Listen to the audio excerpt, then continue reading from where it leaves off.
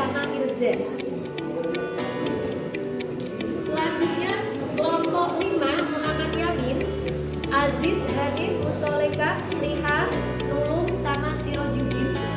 Dan kelompok terakhir yaitu Sayuti Melik, Mulyara, Naisila, Naswa, Fitri, Juli sama Hikmat. Silakan bisa menempatkan diri.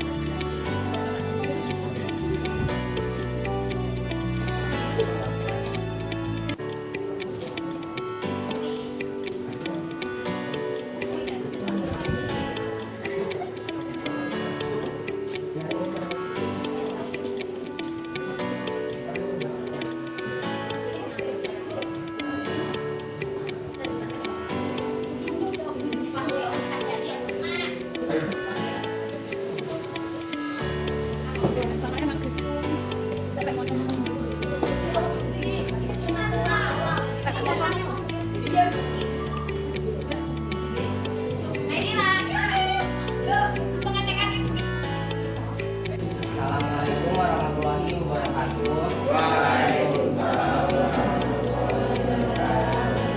Perkenalkan, kami dari kelompok 1 yaitu kelompok Soekarno. Ini menjelaskan tentang sumber sejarah. Yang pertama adalah sumber primer. Sumber primer adalah kesaksian langsung seseorang saksi yang menyaksikan peristiwa secara langsung atau dengan alat audio maupun visual serta dokumen-dokumen asli, naskah atau surat kabar. Contohnya adalah video dokumenter foto tragedi 1998, Candi Borobudur, Koran, Saksi Sejarah, Konflik Proklamasi Indonesia, Kasasi, Cileton, TVRI, Stasiun TV Pertama Republik Indonesia, dan Kitab Generator. Yang kedua adalah sumber sekunder. Sumber sekunder adalah kesaksian dari siapapun yang bukan merupakan saksi langsung, yakni dari pandangan orang yang tidak hadir pada peristiwa yang misalnya, serta buku-buku surat kabar yang tidak sejaman. Contohnya adalah buku pemberontakan petani 1888. Yang ketiga adalah sumber tersier. Sumber tersier adalah kumpulan sumber sejarah yang berasal dari sumber sejarah sekunder yang telah ditafsirkan kembali. Contohnya skripsi sejarah dan buku pelajaran SMA. Apakah ada yang mau ditanyakan?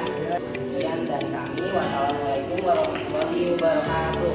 Waalaikumsalam warahmatullahi wabarakatuh. Tepuk tangan untuk kalian semua.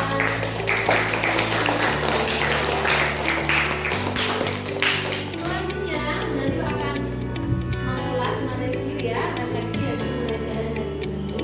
Tadi kita sudah mempelajari mengenai sumber sejarah berdasarkan sifatnya. Kata kuncinya ya, kalau sumber primer ini berarti sumber dari tangan pertama.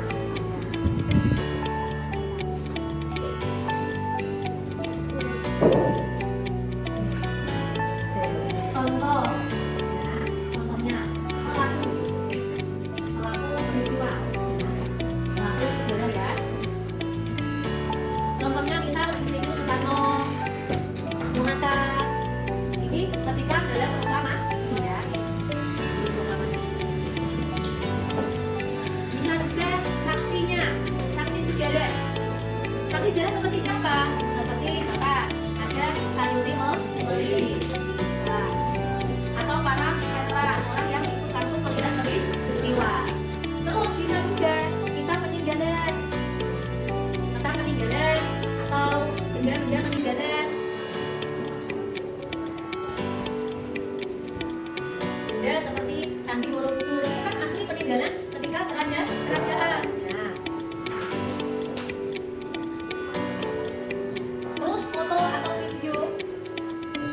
diambil pada saat itu, yang sezaman, yang diambil pada saat itu. Itu masuk ke sumber primer, jadi tangan pertama. Sedangkan untuk sumber sekunder ini sudah masuk ke tangan kedua. Ya. Tangan kedua contohnya siapa? Contoh buku pemberontakan tadi, buku pemberontakan. Tahun berapa? Tahun 1888. Kenapa? Karena ini ditulis oleh peneliti sejarah. Jadi dia langsung melakukan penelitian kepada pelaku sejarah. Selanjutnya siapa lagi? Misal Iqmal. Iqmal ini diceritakan tentang proklamasi oleh kakeknya. Nah, oleh kakeknya, ini kakeknya seorang veteran. Berarti kakeknya melihat langsung peristiwa proklamasi.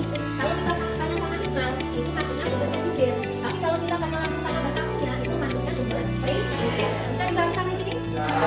Terakhir, sumber tersnya sudah tangan ketiga. Nah, di mana tangan ketiga ini contoh bentuk sejarah SMA sama skripsi.